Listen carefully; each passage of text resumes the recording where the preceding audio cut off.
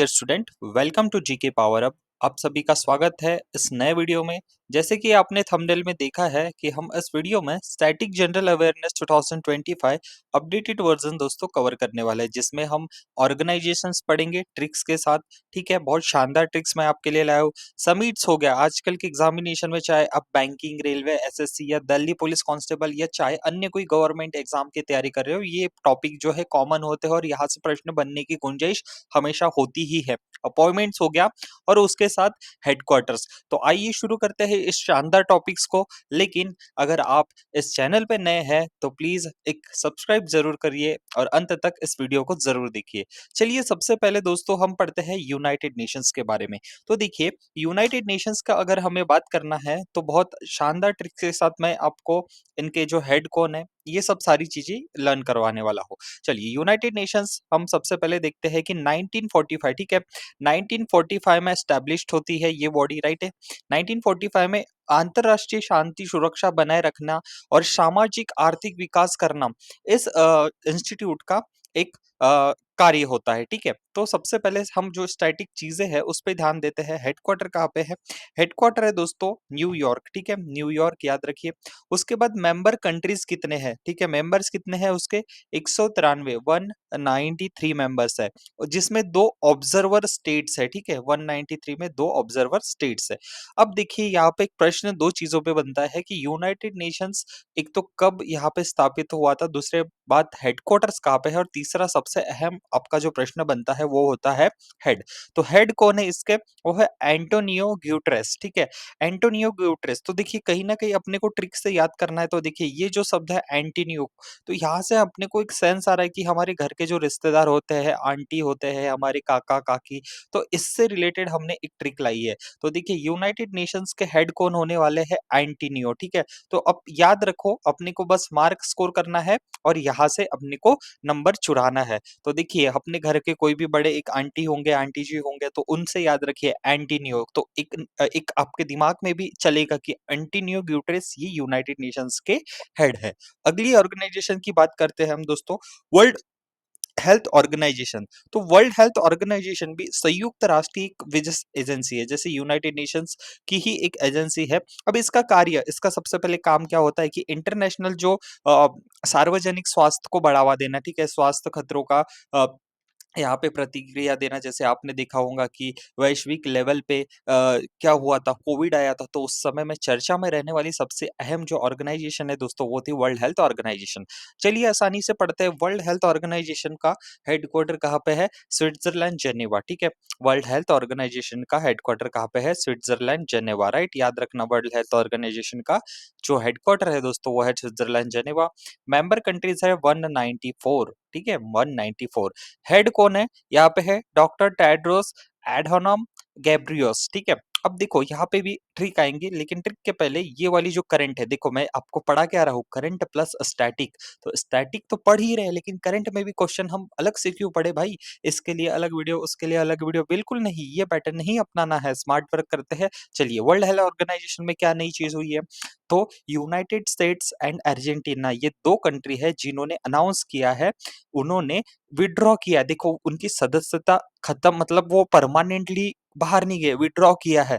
जैसे अपन बैंक से पैसे डालते हैं तो विड्रॉ भी कर सकते हैं ना, तो अपना अकाउंट थोड़ी बंद होता है। तो इन्होंने विड्रॉ किया है। तो ये क्वेश्चन बहुत बार प्रश्न अभी देखा गया है बहुत सारी कॉम्पिटिटिव एग्जाम में, तो और आने वाले एग्जाम में भी देखने को मिलेगा कि भैया WHO से बाहर विड्रॉ होने वाली कौन सी दो कंट्री है? तो वो है आपके यूनाइटेड स्टेट्स अमेरिका और अर्जेंटीना। बात करते हैं हम हेड। तो हेड कौन है? Doctor Tedros. देखो डॉक्टर टेड्रोस से अपने को क्या याद आ रहा है? Teddy bear. तो ये जो शख्स आपको फोटो में दिख रहे हैं ये हेड है, डॉक्टर टेड्रोस एडहोनम गेब्रियोसस। ठीक है, सो अपने को डॉक्टर टेडी बियर, ठीक है, doctor teddy bear, doctor teddy bear याद रखना है। ठीक है, क्या याद रखना है? पहले तो यूनाइटेड नेशंस के कौन थे? डॉक्टर नहीं थे, आंटी जी थे। ठीक है, एंटीनियो।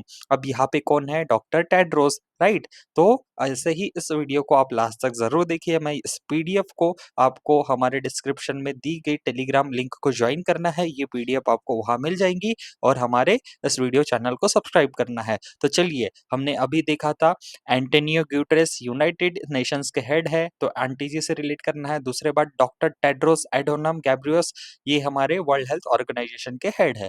आगे बढ़ते हैं, बहुत ही शानदार ट्रिक लाया हो दोस्तों, ये ट्रिक तो आप तो कभी नहीं भूलने वाले हो। इंटरनेशनल ओलंपिक कमेटी, देखिए हमारे देश में बहुत सारे ऐसे प्लेयर्स हैं जो ओलंपिक खेलने जाते हैं।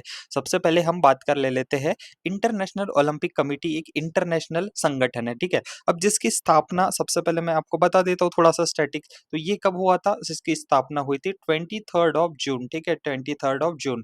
कौन-सी ईयर में हुई थी? ये हुई थी 1894, ठीक है? 1984। चलो, एस्टेब्लिशमेंट मैंने आपको बता दिया, अब हेडक्वार्टर कहाँ पे है? अगेन स्विट्ज़रलैंड में। अब स्विट्ज़रलैंड में हमने एक और संस्था देखी थी, कौन थी? हेडक्वार्टर था जिसका, ये था डब्ल्यूएचओ, वर्ल्ड हेल्थ ऑर्गेनाइजेशन। अब इंटरनेशनल ओलंपिक कमेटी, ये भी मैं आपको याद कराने वाला हूँ बहुत शानदार ट्रिक के साथ, तो बने रहिए हमारे साथ इसी वीडियो में लगातार। ओके, स्विट्जरलैंड की बात कर रहा था मैं, तो स्विट्जरलैंड में लॉज़ेन में हेडक्वार्टर है। अब देखिए, ये वुमेन पहली, ठीक है? पहली वुमेन प्रेसिडेंट बने हैं अभी इसी साल, बहुत इंपॉर्टेंट है, तो याद रखना, क्रिस्टी कोवेंट्री। अब देखो, क्रिस्टी कोवेंट्री ये जिम्बाब्वे के पहले यहाँ पे स्विमर है, ये पेशे से स्विमर थे, ये बने हैं इंटरनेशनल ओलंपिक कमेटी के हेड। अब इन्होंने रिप्लेस किसको किया है? तो इन्होंने रिप्लेस किया है थॉमस थॉमस बैच, ठीक है? थॉमस बैच, ये फेंसिंग, जो तलवारबाजी होती थी फेंसिंग, उसके खिलाड़ी थे। अब आए हैं क्रिस्टी कोवेंट्री, मैं इसको भी याद कराऊंगा, लेकिन उससे पहले प्रश्न ये भी पूछा जाता है कि ओलंपिक के जो लोगो है उनमें कितने रिंग्स रहते हैं, तो याद कर लो, ओलंपिक्स में टोटल 5 रिंग्स रहते हैं, जिसके कलर क्या रहते हैं? Red, green, black, yellow and blue, ठीक है? तो याद रखिए, ये 5 रिंग्स होते हैं। लॉसेन स्विट्जरलैंड में हेडक्वार्टर है, और अभी अभी जो बने हैं, पहले प्रेसिडेंट बने हैं हमारे इंटरनेशनल ओलंपिक कमेटी के, जिनका नाम है क्रिस्टी कोवेंट्री। अब देखो भैया, यहाँ पे ट्रिक क्या याद करना है? हमने सबसे पहले आंटी जी देख लिया, बाद में डॉक्टर टेडी बियर देख लिया, अब हम बात करेंगे क्रिस्टी कोवेंट्री। देखिए, क्रिस्टी में क्या आ जाता है? कैटरीना कैफ, तो कहीं ना कहीं कैटरीना कैफ से हम रिलेट कर सकते हैं ना, कभी कभी हमको नाम याद नहीं रह जाते ऐसे कठिन कठिन। तो देखिए, दो चीज आती है, क्रिस्टी मतलब कैटरीना कैफ, कोवेंट्री मतलब आप कॉन्वेंट स्कूल में पढ़ते हो, तो कैटरीना कैफ कॉन्वेंट स्कूल में जाती है गेम्स खेलने, और गेम्स कौन से होते हैं? ओलंपिक के, और ओलंपिक्स में 5 रिंग होते हैं। चलिए, शानदार तरीके से हमने ये भी ट्रिक पढ़ लिया।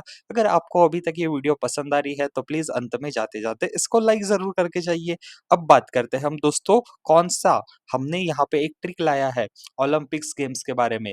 अब वो ट्रिक क्या है सर? देखिए, यहाँ पे स्टैटिक में ये भी पूछा जाता है कि भाई, अभी जो ओलंपिक होने वाले हैं, ये कहाँ पे हो रहे हैं और अगले बार कहाँ पे होने वाला है? तो हमारे देश की एक नेशनल पार्टी है जिसका नाम क्या है? बीजेपी।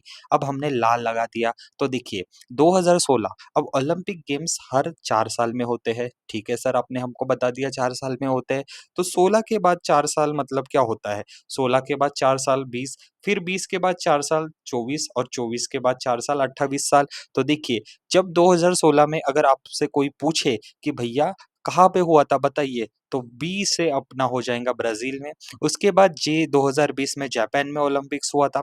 उसके बाद पेरिस 2024 मतलब पिछले साल हुआ था। और ला मतलब अब कहाँ पे होने वाला है? लॉस एंजलिस मतलब यूएसए, राइट? तो याद रखिए, ये हमारी शानदार 3 स्टार ट्रिक है, जहां से क्वेश्चन बनने की पूरी गुंजाइश है। और कटरीना कैफ कहाँ पे जाते हैं? कटरीना कैफ जाते हैं कॉन्वेंट स्कूल में। आगे बात करते हैं नेक्स्ट। अब भैया, हमने पढ़ लिया इंटरनेशनल ओलंपिक कमेटी, वैसे ही हमारे भारत देश की भी कमेटी है, जो हमारे भारत देश से खिलाड़ियों को इंटरनेशनल लेवल पे गेम्स खिलाने में मदद करती है। उनके लिए जो ट्रेनिंग सेशंस होते हैं प्लेयरों के लिए, ये अरेंज करवाते हैं। तो वैसे ही हमारे भारत देश में भी इंडियन ओलंपिक कमेटी है, जिसका हेडक्वार्टर है न्यू दिल्ली में, और प्रेसिडेंट है पीटी उषा। तो याद रखिए, पीटी उषा को गोल्डन गर्ल, ठीक है, गोल्डन गोल्डन गर्ल के भी नाम से जाना जाता है। ओके, तो पीटी उषा मैडम हमारे देश में जो वो थे, एथलेटिक्स थे, ठीक है, रनर थे, इन्होंने काफी हमारे देश का नाम ऊंचा किया है, मेडल्स जीते हैं ओलंपिक में। तो अगेन याद रखिए, कितने रिंग्स होते हैं? 5 रिंग्स, जिसमें कौन सा है? Blue colour, yellow colour, black colour, green colour और रेड कलर। ओके, चलिए, बहुत शानदार। आगे बढ़ते हैं, इंटरनेशनल मॉनिटरी फंड बहुत अच्छी ऑर्गेनाइजेशन है, और इसमें हर हमेशा क्वेश्चन पूछा जाता है।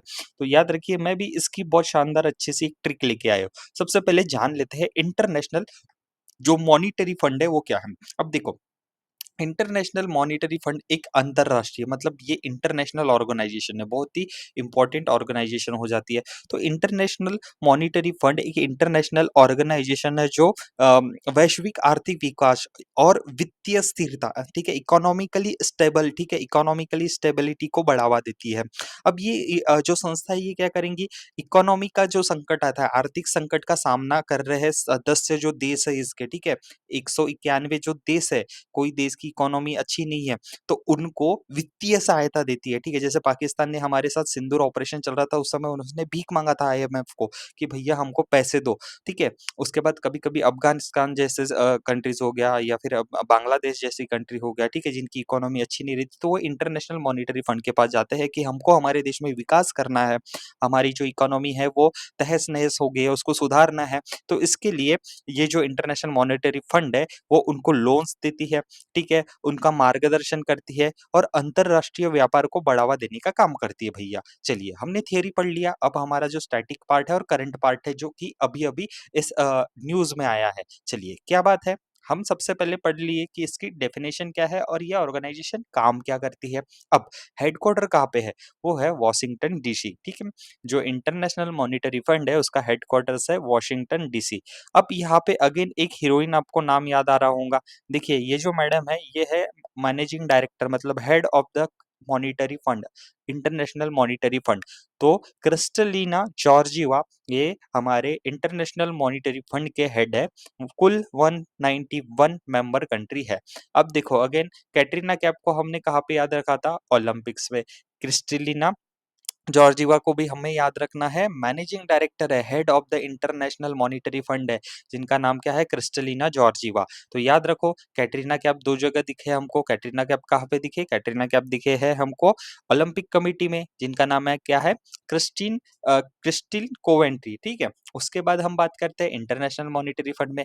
अब इंटरनेशनल मॉनिटरी फंड में एक बहुत अच्छी और इम्पोर्टेंट अपडेट हुई है। देखो, गीता गोपीनाथन, ठीक है? Geeta Gopinathan deputy managing director थे। मतलब क्या हुआ कि सॉरी जो हमारी ये मैडम है आपको देखे first position international monetary fund, इसके बाद वहाँ पे एक भारतीय थे जिनका नाम गीता गोपीनाथ था, ये करंट अफेयर है। अब क्या हुआ कि ये यहाँ से छोड़ रहे हैं उस ऑर्गेनाइजेशन को, तो एक नई अपॉइंटमेंट हो रही है वहाँ पे, तो मैंने आपको थंबनेल में बोला था अपॉइंटमेंट भी पढ़ेंगे। तो इंटरनेशनल मैनेजिंग जो मॉनेटरी फंड है, वहाँ के जो मैनेजिंग डायरेक्टर क्रिस्टलिना जॉर्जिवा, उन्होंने बोला है कि एक अपॉइंटमेंट होने वाली है भैया हमारे ऑर्गेनाइजेशन में, जिनका नाम क्या है? डैनियल कैट्स, ठीक है? तो डैनियल कैट्स ये पहले, ठीक है, पहले डेप्यूटी मैनेजिंग डायरेक्टर होने वाले हैं किसके? International monetary fund. तो अपने को याद क्या रखना है? कैटरीना कैफ 2 जगह है, ओलंपिक में है, आईएमएफ में है और जो अपॉइंटमेंट अभी हुई है, जो मैंने आपको बताया है, डैनियल कैट्स इसको managing director, deputy managing director ये बताया है। ओके, चलो अगली और मस्त और बहुत अच्छी एक ऑर्गेनाइजेशन है, food and agriculture organisation of United Nations, right? Okay, सबसे पहले मैं बात कर लेता हूँ ये ऑर्गेनाइजेशन काम क्या करती है, इसका काम क्या होता है। देखो, खाद्य एवं कृषि संगठन संयुक्त राष्ट्र की एक विशेष एजेंसी है जो भूखमरी को समाप्त करने और खाद्य सुरक्षा सुनिश्चित करने के लिए अंतरराष्ट्रीय प्रयासों का नेतृत्व करती है। अब इसका हेडक्वार्टर कहाँ पे है भैया? तो हेडक्वार्टर है इसका रोम, इटली। तो देखिए, जिस किसी ऑर्गेनाइजेशन में अगर फूड लगा हो ना, तो बिंदास उस ऑर्गेनाइजेशन का हेडक्वार्टर होने वाला है रोम और इटली, राइट? कुछ एक्सेप्शन है जो मैं कमेंट बॉक्स में डाल दूंगा, लेकिन फूड ऑर्गेनाइजेशन अगर पूछा तो उसका हेडक्वार्टर होने वाला है रोम और इटली में। हम बात करते हैं सबसे पहले मेंबर्स कंट्री, तो कुल 195 195 मेंबर्स है।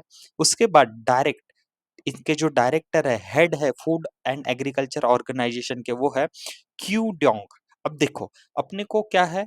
एग्जाम में मार्क हासिल करना है, तो देखिए, आपके घर में आप अपने घर में बोल रहे हो कि भैया मेरे को एक डॉग लेना है, लेकिन आपके पेरेंट्स क्या पूछते हैं? क्यों लेना है? तो याद रखिए ट्रिक्स, क्यों लेना है तुझे डॉग, ठीक है? क्यू डॉग, क्यों डोंग, ठीक है? तो अपने को एग्जाम से मार्क से मतलब है, किसी के इमेज को हम यहाँ पे फोटो लगा के खराब नहीं कर रहे हैं। We are for here selections, ठीक है? चलिए आगे बात करते हैं ओपेक, बहुत ही इंपॉर्टेंट एक ऑर्गेनाइजेशन है। सबसे पहले ओपेक के बारे में समझते हैं। ओपेक क्या है? देखिए, ओपेक ना पेट्रोलियम जो पेट्रोल निर्यात मतलब पेट्रोल जो निर्यात करते हैं, जो पेट्रोल प्रोड्यूस करते हैं, ऐसे देशों का एक संगठन है। उन देशों का एक समूह है जो तेल का उत्पाद और निर्यात करते हैं। अब इसका उद्देश्य क्या है? ये देश मिलकर तय करते हैं कि वे कितना तेल निकालेंगे और उसे किस कीमत पर बेचेंगे। अब इसका काम क्या है? अब यह संगठन तेल की कीमतों को स्थिर यानी स्टेबल रखने और अपने सदस्य देशों को फायदा पहुंचाने के लिए बनाया गया है। स्थापना कब हुई थी? स्थापना हुई थी भैया 1960 में, राइट? 1960, ठीक है, 1960 में ओपेक बना था, ठीक है। और मुख्यालय मतलब हेडक्वार्टर कहाँ पे है इसका? वो है वियना, ऑस्ट्रेलिया। वियना, ऑस्ट्रेलिया में ओपेक का हेडक्वार्टर है। ऑर्गेनाइजेशन ऑफ द पेट्रोलियम, ठीक है, जो पेट्रोलियम एक्सपोर्टिंग कंट्रीज है उसका इसका फुल फॉर्म है। और हेड है हैतिम एल घाइस। तो चलिए फिर एक बार हम शानदार ट्रिक के जरिए इस जो हेड है इनको याद करते हैं। देखिए, ये पहले सेक्रेटरी जनरल बने हैं कुवैत, ठीक है? कुवैत जो हमारे अरब देश होते हैं, ठीक है? वहीं से ज़्यादातर तेल निर्यात होता है।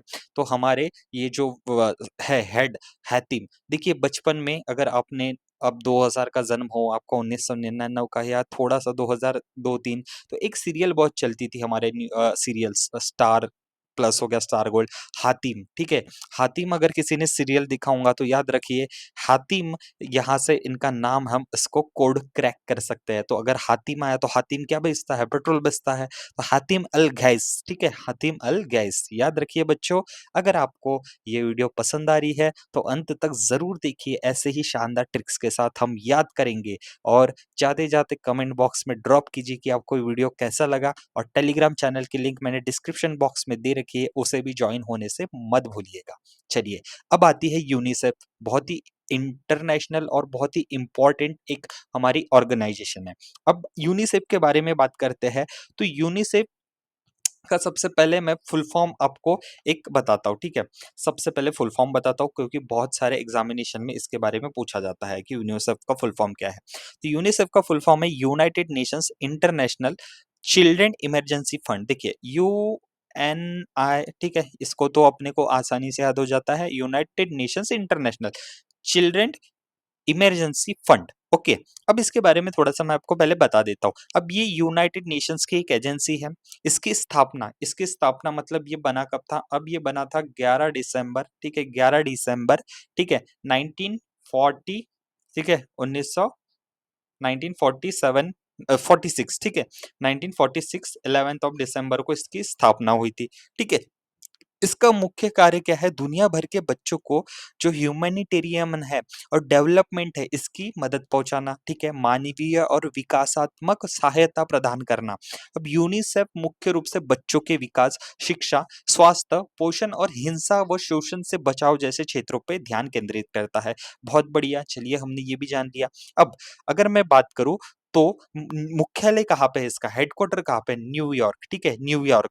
और इसे 1965, बहुत इंपॉर्टेंट है, याद रखिए। अब अच्छी और शानदार ट्रिक्स के साथ नोबेल प्राइज का भी, नोबेल पुरस्कार जो हासिल हुए हैं, सबको दिए गए हैं, उसके ऊपर एक ट्रिक्स के साथ मैं वीडियो ला रहा हूँ। तो नोबेल प्राइज में एक स्टैटिक जीके में क्वेश्चन पूछा जाता है कि यूनिसेफ को कभी नोबेल प्राइज मिला है? तो यस, 1965 में इसको शांति, ठीक है, जो पीस प्राइज होता है, ठीक है, उसके लिए यहाँ पे नोबेल प्राइज मिला था 1965 में। तो ये एक ऑर्गेनाइजेशन को मिला था, ठीक है? ओके, चलिए आगे बढ़ते हैं। अब हेड कौन है? अगेन बहुत ही कॉमन है, कैथरीन रसेल। अगर कोई क्रिकेट देखता होगा तो उसको पता होगा आईपीएल का एक धुआंधार बल्लेबाज है जिसका नाम है एंड्रे रसेल। और कोई पिक्चर देखता होगा तो विक्की कौशल की जो वाइफ है उनका नाम है अगेन कैटरीना कैफ। तो भैया कैटरीना कैफ 3 जगह जीत गई। कहाँ पे दिखे हमको? पहले है इंटरनेशनल ओलंपिक कमेटी, उसके बाद कहाँ पे दिखे? इंटरनेशनल मॉनिटरी फंड, और अब कहाँ दिखे हमको? यूनिसेफ, ठीक है? अब अपने को कहाँ पे दिखे है? यूनिसेफ, ठीक है? अब अपने को कहाँ पे दिखे है? याद रखो, United nation international children emergency fund, ठीक है? चिल्ड्रन इमरजेंसी इमरजेंसी फंड, ठीक है? ये सीईएफ याद रखो। तो 3 जगह कैटरीना कैफ दिख गए। तो कैथरीन रसेल, याद रखिए कैथरीन रसेल, अपने को कटरीना कैफ से भी रिलेट कर सकते हो या फिर आईपीएल के एक वेस्ट इंडियन बल्लेबाज है, ऑलराउंडर है रसेल, याद रखना है। चलो आगे बढ़ते हैं, international Court of justice, right. अब इंटरनेशनल कोर्ट ऑफ जस्टिस का मतलब क्या होता है? अब ये इंटरनेशनल कोर्ट के बारे में बात हो रही है, तो चलिए इसके पहले मैं आपको समझा देता हूँ क्या होता है। International Court of justice United Nations का एक प्रमुख, ठीक है, क्या है, न्यायिक जस्टिस पार्ट है, जस्टिस वाला पार्ट है, ठीक है, जस्टिस वाला पार्ट है। तो इसमें क्या होता है, इंटरनेशनल कानूनों के अनुसार किसी दो राज्यों, किसी दो देशों के बीच में कानूनी विवादों का निपटारा किया जाता है और कानूनी मुद्दे पर सलाहकारी राय देता है। इसका मुख्यालय कहाँ पे है? द हेग, द हेग में है। हेड है यूजी इशावा, ठीक है, अ, इवाशावा, ठीक है, इवाशावा यूजी। तो याद रखिए यूजी, ये जो है इनके हेड है, फुल फॉर्म है इंटरनेशनल कोर्ट ऑफ जस्टिस। तो देखिए यूजी इवाशावा, तो थोड़ा-सा याद रख लीजिए, ईश्वर से इनका कनेक्शन बना दीजिए कि भगवान न्याय देता है ना, भगवान न्याय देता है सबको, भगवान सबका भला करता है, तो भगवान हमारे जो ईश्वर है, वो सबका न्याय करते हैं, तो याद रखिए न्याय का देवता कौन है? तो वो है यूजी इवाशा, राइट। याद रखने को क्या जाता है, अपने को बस मार्क हासिल करना है, बाकी सबकी आपकी श्रद्धा। चलिए, अब ये स्टैटिक में मैंने आपको बोला था कि हम और ऑर्गेनाइजेशंस के अलावा कुछ और इंपॉर्टेंट चीजें भी पढ़ेंगे, तो ये स्टैटिक चीजें हैं। देखिए रामसर वेटलैंड साइट्स, ठीक है, एक्वेटिक वेटलैंड, ठीक है, वेटलैंड्स होते हैं, वेटलैंड्स के ऊपर भी क्वेश्चंस आते हैं। तो ऐसी जो हम जैसे आर्द्र भूमि बोलेंगे, मतलब क्या होगा, 12 में से केवल कम से कम 8 महीने उस ज़मीन में पानी होना चाहिए, वहाँ पे नेचुरल हैबिटेट होना चाहिए, वो नेचुरली होना चाहिए, आदमियों के मैन मेड नहीं होना चाहिए, ठीक है? आप देख सकते हो पक्षी है, पानी है, वो जलाशय है, तो ऐसी जो रामसर साइट्स होती है, ऐसी जो वेटलैंड्स होती है, उसको एक कन्वेंशन के अनुसार रामसर साइट्स बनाया गई है। सिंपल है, इतना भी नहीं समझता है तो प्लीज़ ये समझिए, डायरेक्ट क्वेश्चन क्या पूछते हैं, भारत में टोटल कितने रामसर साइट्स हैं? ऐसे तो बहुत सारे देशों में बहुत सारे हैं, तो अभी-अभी इसी महीने में सितंबर एंड अक्टूबर मिड में यहाँ पे 2 नए साइट्स ऐड हुए हैं। पहली है गोकुल जलाशय बिहार से और दूसरी है उदयपुर झील, राइट बच्चों? उदयपुर झील। तो ऐसे मिला के कुल 93 रामसर साइट हमारे भारत में अभी-अभी यहाँ पे टोटल हुए हैं। चलो आगे बढ़ते हैं, रामसर साइट्स आपको हो गए क्लियर, स्टैटिक। यूनेस्को बहुत ही इंपॉर्टेंट ऑर्गेनाइजेशन है, United Nations educational scientific and cultural organisation. यह एक ऐसी ऑर्गेनाइजेशन है यूनाइटेड नेशंस की जो एजुकेशनल और साइंटिफिक तरीके से हमें हमारा कल्चर, हमारे हमारे जो संस्कृति है वो दिखाती है और उसका संवर्धन करने में ये भी बहुत अहम रोल निभाती है। यूनेस्को का हेडक्वार्टर है दोस्तों पेरिस, फ्रांस में, राइट। यूनेस्को का जो हेडक्वार्टर है वो है पेरिस, फ्रांस में। हेड है एडी, तो अपने को याद रखना है ऑडी, ठीक है, ऑडी कार याद रखो, ठीक है, चार चार बंगड़ी वाली गाड़ी लई तो ऑडी जो है वो है ऑडी रे एजोले, ठीक है, ऑडी रे एजोले, तो बहुत ही मतलब कॉमन नेम है, इसको 2-3 बार आप पढ़े तो ऑडी कार का ब्रांड है, ऑडी चार चार बंगड़ी वाली, चार चार बंगड़ी वाली गाड़ी, तो वो कौन चलाता है? यूनेस्को। टोटल साइट्स भारत में 44 साइट्स है और अभी इसी महीने में जैसे रामसर साइट्स में ऐड हुए हैं, वैसे ही यहाँ पे मराठा मिलिट्री लैंडस्केप। तो कभी-कभी क्वेश्चन इतना पूछता है कि भारत में टोटल कितने हैं? तो अपने को पता है 44। अगर मैं वेटलैंड की बात करूँ तो 93 है, जिसमें गोकुल जलाशय और उदयपुर झील ऐड ऐड हुए हैं। तो वैसे ही अब एक साइट जो है वो 44th वाली साइट्स कौन-सी है? वो है मराठा मिलिट्री लैंडस्केप। ये स्टैटिक चीज़ है। अगर अभी आप एग्ज़ाम देने वाले हो तो यहाँ पे पूछा जाएगा कि वो 12 किले कौन से हैं और उसमें से 1 किला जो है 11 किले प्लस 1 किला तमिलनाडु का है। तो याद रखना ये तमिलनाडु वाला इंपॉर्टेंट हो जाता है और महाराष्ट्र की भी हमने यहाँ पे ट्रिक्स है, वो सिंपल से मैं आपको बताने वाला हूँ। देखिए, पहले तो तमिलनाडु का एक ही किला है जिसको हम बोलते हैं जिंजी फोर्ट। अब देखिए, यहाँ पे 3 चीज़ है, हर किले के बाद गढ़ लिखा है, गढ़ मतलब मराठी में किला होता है। तो ऐसे कितने गढ़ हैं? चलिए, ये रायगढ़ कट हो गया, प्रतापगढ़ कट हो गया, उसके बाद कौन-सा गढ़ कट हो गया? लोहगढ़ कट हो गया, राजगढ़ कट हो गया, हो गया? तो अपने यहाँ पे 4 गढ़ है, ठीक है? तो इसको एक बार पढ़ लेना है। अब इस पे क्या है? दुर्ग, ठीक है? दुर्ग मतलब भी किले होते हैं मराठी में, ठीक है? तो दुर्ग कितने हैं? विजय दुर्ग हो गया, सिंधु दुर्ग हो गया, ठीक है? उसके बाद सुवर्ण दुर्ग हो गया, ठीक है? तो 3 दुर्ग हो गए। तो यहाँ पे इतनी इन्फॉर्मेशन भी आपसे क्लियर हो गई दोस्तों।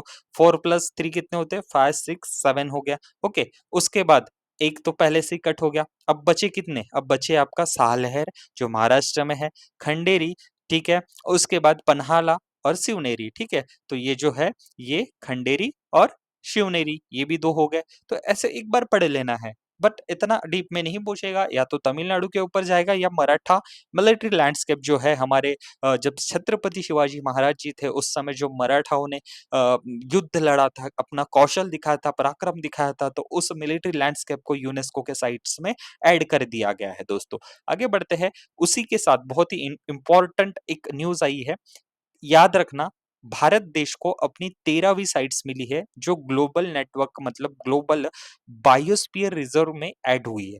अब हिमाचल का जो कोल्ड डेजर्ट है वो बायोस्फीयर रिजर्व में ज्वाइन हुआ है UNESCO world network of biosphere reserve में। पहले बात समझता हूँ बायोस्फीयर रिजर्व क्या है। इस फोटो पे देखो, शांति से देखो, ठंडे दिमाग से देखो, गहरी सांस लो, बस शुरू करते हैं। मान लीजिए ये कोई नेशनल पार्क है, क्योंकि यहाँ पे देखिए पिन वैली नेशनल पार्क और किब्बर वाइल्ड लाइफ सेंचुरी ये ग्लोबल नेटवर्क में ऐड हो गए, मतलब इस बायोस्फीयर रिजर्व का पार्ट है। ठीक है, अब क्या है, ये जो दो नेशनल पार्क और एक वाइल्ड लाइफ सेंचुरी है जो कि 12,000 लोगों का घर है, उसमें आपके जानवर भी है, प्राणी भी है और एनवायरमेंट भी है। तो बायोस्फीयर रिजर्व क्या होता है, अपने को दो चीज पता होगी, पिन वैली और किब्बर वाइल्ड लाइफ सेंचुरी जो कोल्ड डेजर्ट का पार्ट है उसको बायोस्फीयर रिजर्व में वर्ल्ड बायोस्फीयर रिजर्व में ज्वाइन कर गया है। भारत की वो 13वीं साइट बन गई, चलो ये भी पता हो गया। अब ये जो स्टैटिक चीज होती है बायोस्फीयर रिजर्व, देखिए यहाँ पे क्या लिखा है, कोर एरिया, बफर जोन और क्या होता है ट्रांजिशन स्टेट। अब इसमें क्या होगा, कोर जोन में आपको दिख रहे होंगे केवल जानवर दिख रहे हैं, प्राणी दिख रहे हैं, पानी दिख रहा है, बर्ड्स दिख रहे हैं और नेचुरल एनवायरनमेंट दिख रहा है। तो विदाउट इनको डैमेज किए, विदाउट इनको हानि किए, जो उनके नेचुरल हैबिटेट में उनको रखना है उसे कहते हैं हम कोर एरिया। बफर जोन में क्या होगा, थोड़ी बहुत environment plus human activity allow होंगी, थोड़ा सा मतलब कुछ भी ज्यादा नहीं, थोड़ा आप यहाँ पे रिसर्च कर सकते हो, हल्का फुल्का एजुकेशन प्राप्त कर सकते हो, मतलब स्टडी कर सकते हो उस एरिया में, बफर जोन। लेकिन जो ट्रांजिशन जोन्स है आप उसमें जैसे किसी नेशनल पार्क में भी जाते हो तो आपको एकदम कोर एरिया और बफर एरिया में भी थोड़ा अंदर लेके जाता है, लेकिन कोर एरिया में कभी भी आपको टूरिस्ट हो गया या ह्यूमन एक्टिविटीज को, ह्यूमन एक्टिविटी मतलब क्या है, जंगल तोड़ना, जंगल की लकड़ियां लेके जाना, मतलब जो वहाँ के लोकल है उन लोगों को, तो वहां पे अलाउ नहीं रहता। लेकिन जो ट्रांजिशन जोन है, देखिए आप यहाँ पे बैग दिख रहा है, मॉनिटरिंग दिख रहा है, रिसर्च दिख रहा है, ह्यूमन का सेटलमेंट दिख रहा है, टूरिज्म रह रहा है, एजुकेशन दिख रहा है, इन सब एक्टिविटी को वहाँ पे प्रमोट करते हैं। ठीक है, तो हिमाचल प्रदेश का जो कोल्ड डेजर्ट है वो बायोस्फीयर रिजर्व में ज्वाइन हुआ है, UNESCO world network of biosphere reserve दोस्तों। चलो अब हम क्या पढ़ेंगे, G20 मतलब समिट्स पढ़ेंगे, नेशंस पढ़ेंगे, ग्रुप्स पढ़ेंगे। ठीक है, देखिए G20 की हम बात करते हैं तो group of 19 countries, group of 19 countries की बात करते हैं तो यहाँ पे 19+2 यहाँ पे ऐसा एक ग्रुप बना है। ठीक है, अब यहाँ पे ये कुछ दिनों बाद G21 भी दिख जाएगा। तो बात करते हैं इस साल का G20 समिट कहाँ पे हुआ था, इसमें कितने कंट्रीज है। तो सबसे पहले बात करते हैं ग्रुप ऑफ 19 कंट्रीज की। ठीक है, तो यहाँ पे 19 कंट्रीज है, तो ये 19 कंट्रीज है टोटल। उसके बाद दो यहाँ से क्वेश्चन बनता है कि वो यूनियन कौन से है, तो ये है यूरोपियन यूनियन और हाल ही में जो नया नेशन, एक नया यूनियन ज्वाइन हुआ है वो है अफ्रीकन यूनियन। तो अब टोटल 21 मेंबर है। चलिए बात करते हैं G20 समिट का, 2023 का हुआ था भारत देश में। ठीक है, हमने G20 बहुत शानदार तरीके से मनाया था, जिसका 18वां संस्करण था। 2024 का संस्करण की हम बात करते हैं तो 19वां 19th एडिशन था ब्राजील में। और अगर बात करूं 2025 की तो इस साल का जो 20वां एडिशन है वो साउथ अफ्रीका में हुआ है। अब अगर बात करूं 2026 की तो 2026 में यूनाइटेड स्टेट्स ऑफ अमेरिका में 2026 का 21वां संस्करण होने जा रहा है। ठीक है दोस्तों, तो याद रखिए। आगे बात करते हैं G7 समिट। ठीक है, G7 समिट, तो G7 का भारत पार्ट नहीं है, लेकिन इसको chief guest as a guest country हम को अलाउ करते हैं, बुलाते हैं, रिस्पेक्ट देते हैं। G7 कंट्रीज बहुत बार पूछाते हैं कि क्या भारत मेंबर है, जी नहीं है, लेकिन इसके मेंबर कितने हैं, तो टोटल है 7। याद रखिए, जे से हो जाता है आपका जापान, जे से हो जाता है जापान, यू से हो जाता है यूनाइटेड किंगडम, यू से हो जाता है यूनाइटेड किंगडम, उसके बाद हो जाता है आपका आई से हो जाता है इटली। ठीक है, आई से हो जाता है इटली, सी से हो जाता है कनाडा, सी से हो जाता है कनाडा, ई से आपका कौन सा हो जाता है, ठीक है, ई से आपके एक हो जाते हैं मतलब यूनाइटेड स्टेट्स। ठीक है, जी से होंगे अगेन जर्मनी। ठीक है, जी से होंगे जर्मनी, एफ से होगा फ्रांस। तो ये जूस विद ग्रैंडफादर एक ट्रिक है याद रखने की। 2026 में 51वां हमने इस साल कनाडा में सॉरी, दो यहाँ पे करेक्शन है दोस्तों, ये 2025 का 51th जो एडिशन है समिट का वो कनाडा में हुआ है, और 2026 का जो समिट है 52वां, ये होने वाला है फ्रांस में, राइट। चलिए आगे बढ़ते हैं ब्रिक्स नेशन के सबसे पहले ब्रिक्स नेशन की हम बात करें तो इसका हेडक्वार्टर है चाइना शंघाई। क्वेश्चन यहां से बनता है कि ब्रिक्स जो बैंक है, ब्रिक्स के अंदर कौन सा बैंक आता है, मतलब ब्रिक्स कंट्रीज कौन सा है, सबसे पहले ये जानते हैं। ओरिजिनल मेंबर मतलब पहले सबसे पहले पुराने Brazil, Russia, India, China, south Africa. नए मेंबर कौन बने हैं, Egypt, Ethiopia, Iran, Saudi Arabia, United Arab Emirates, Indonesia. Indonesia ठीक है, 11th मेंबर इंडोनेशिया ने एज ज्वाइन किया है।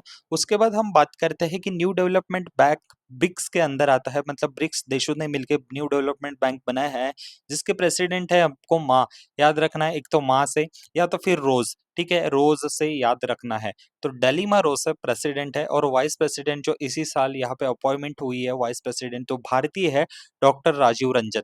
ठीक है, तो ये बात हमको याद रखना है। अब समिट्स की बात करते हैं, 2025 का समिट कहाँ पे हुआ था, ब्राजील में, जिसका 17वां एडिशन है। और अगले साल ब्रिक्स का जो समिट होने वाला है वो होने वाला है भारत देश में, जिसका 18वां संस्करण रहने वाला है। कॉप समिट की बात करते हैं तो यूनाइटेड नेशंस क्लाइमेट चेंज। अब देखो कॉप समिट में क्या बातें होती है, कॉप समिट क्लाइमेट से रिलेटेड बहुत ही अच्छी एक कॉन्फ्रेंस होती है, जिसमें हम अपने देश में कार्बन का उत्सर्जन, ठीक है, पॉल्यूशन को लेके, ठीक है, पॉल्यूशन को लेके बहुत सजग रहते हैं। इलेक्ट्रॉनिक्स व्हीकल जो हो गया, ठीक है, रिन्यूएबल रिसोर्सेज हो गए। तो ऐसी कुछ चीजें हैं जो एनवायरमेंट को हानि करती है उसको कम करना, और ऐसी जो चीजें कि एनवायरमेंट को आगे बढ़ाए उसको लेके हमको क्या पॉलिसीज होती है इस समिट में बात करते हैं। तो United nation climate change conference, COP, conference of parties, ये कहाँ पे हुई है दोस्तों इस साल की, वो हुई है ब्राजील में। ब्राजील में देखिए अमेजोनिया इसका दिया था, अमेजोन का जंगल है, तो ब्राजील के बेलम में 2025 का समिट हुआ था। 2024 का समिट पिछले साल का जो हुआ है वो अजरबैजान बाकू में हुआ है। 2031 सॉरी, कॉप का जो एडिशन 31th एडिशन है वो ऑस्ट्रेलिया में होने वाला है।